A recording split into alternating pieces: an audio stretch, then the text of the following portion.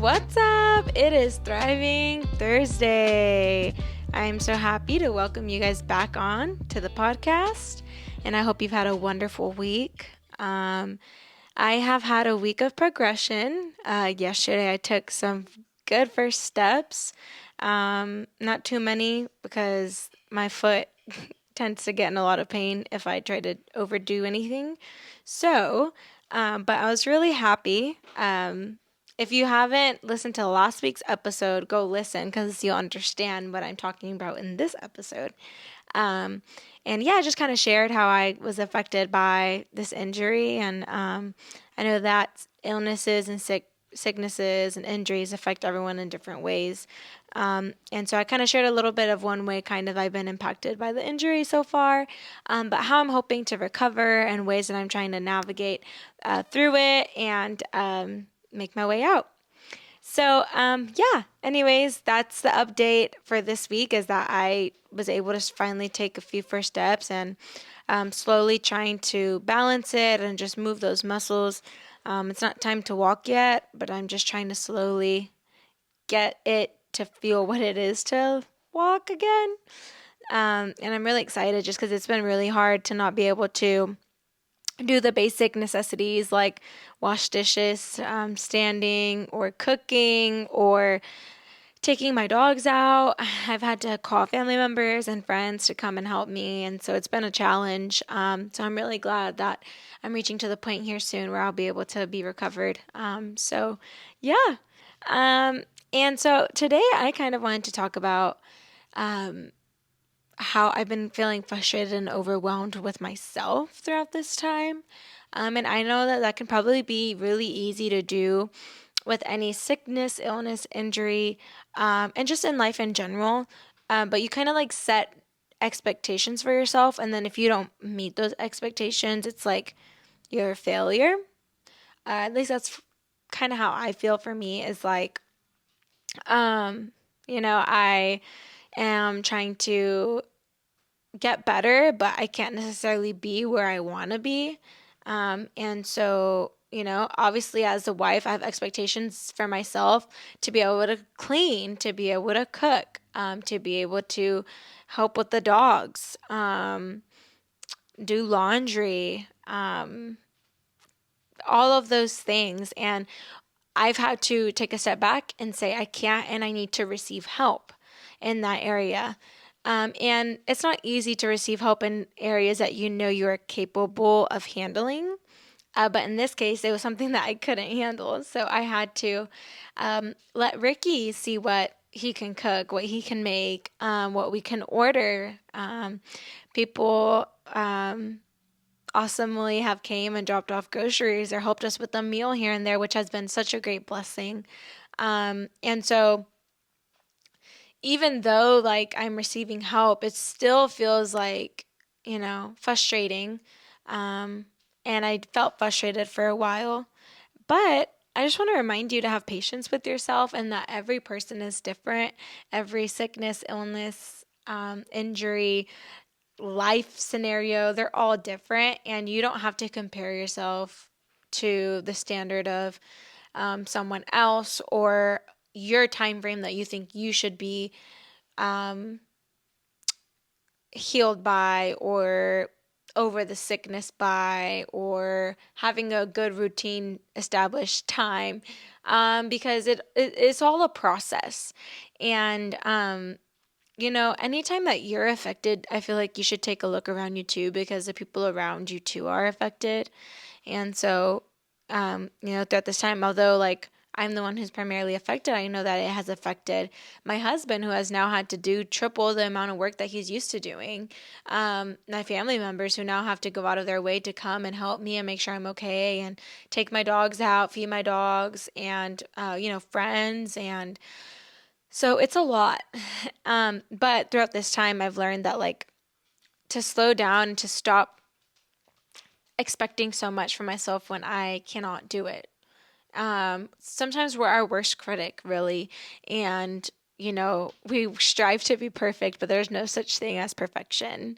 And so, I just want to remind you if you're having a tough time, maybe like struggling with just feeling like you're not doing enough, or that you're just like,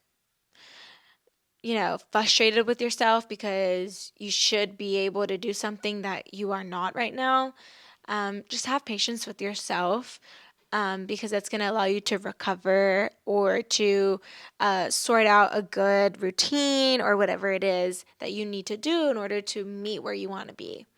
And so for me, what's helping me is making one goal a day. And so today, my goal was, all right, I'm going to start taking out winter clothes, putting them in a tote, and hanging summer clothes. That was my one goal for today. And I was able to accomplish that, and it feels good. And, although I have all these other things I want to do, I know, hey, I did my one goal for the day. So if I can't do anything else, that is okay. Yesterday it was homework. I started one of my summer classes I need to do to graduate, and we started on Monday. And Monday I looked over the syllabus. That was my goal for Monday. And then yesterday I was like, all right, I'm gonna go ahead and start doing some homework assignments. And that was my goal for yesterday. And even I knew if I can't do anything else, I want to do more things, but if I can't do it, it's okay because I met the one goal that I said I wanted to meet. And so, yeah, I mean, it can be something as simple as that, setting one thing that you are going to accomplish. And as long as you accomplish that, even if you can't accomplish more, you've at least done one thing. And one thing that also I've noticed, and it's funny because what made me think about this is, so when I got the burn on my foot, it like automatically peeled skin back, right? And so I had a lot of dead skin just like literally hanging on the side of my foot. So I want to say like a week and a half ago at the doctor's, they had to cut it off.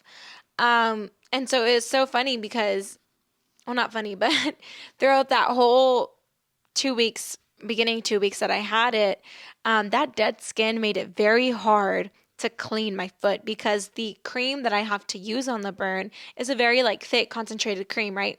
So the dead skin that was there made it very hard for us to clean completely the ointment off of the burned area.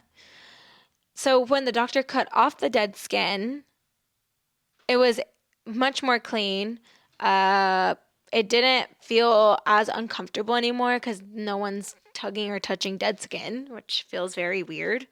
And it didn't look weird anymore. And so my question is, what dead skin do you need to cut off? And what I mean by that was, for me, I realized that there's a lot of just like bad habits.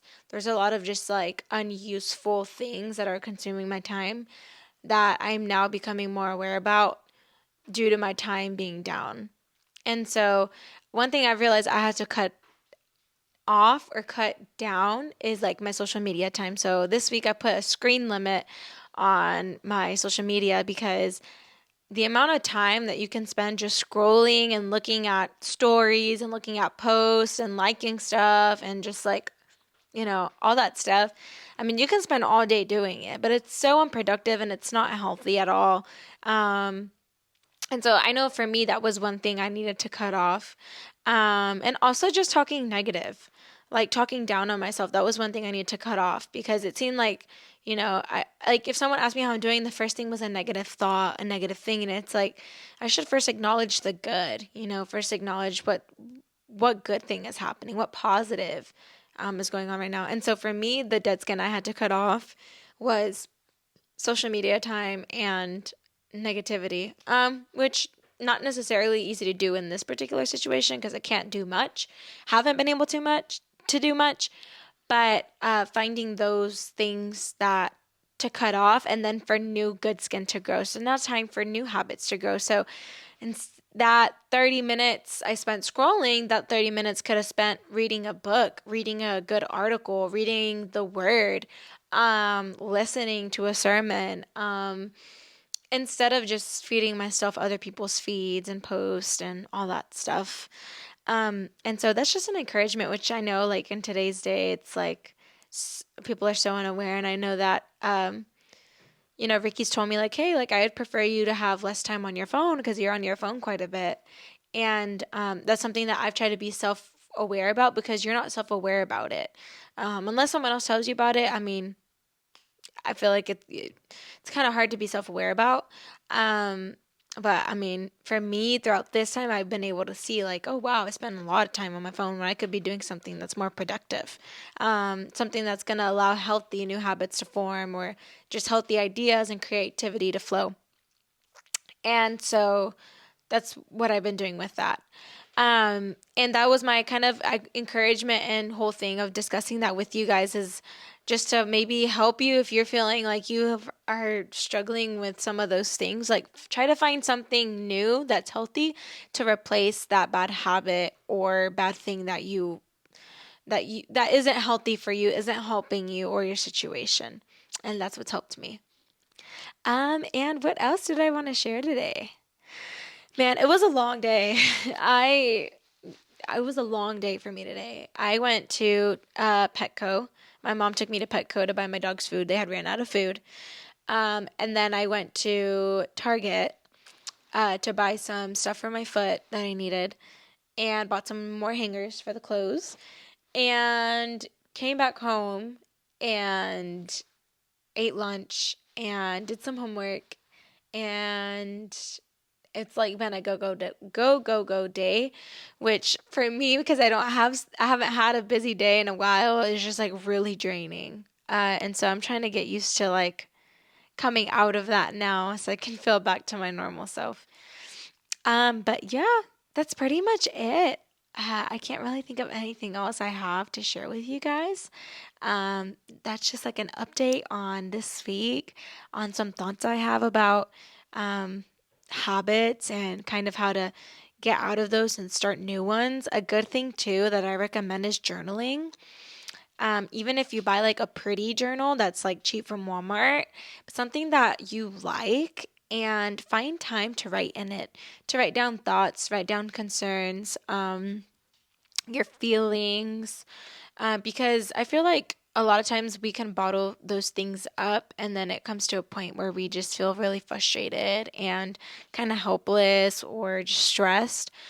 But I have found that for me, writing it out on paper and reading it, and doing that every day has helped me kind of reflect on my day, reflect on what I did with my time, and just be able to kind of overcome those feelings of frustration, of, you know, unproductiveness and everything. Once you look back and you see, how you felt for the day, what you did that day, the conversations you've had that day, it kind of helps just to kind of stir up a little bit of productivity, feeling like you're productive and like you're doing something.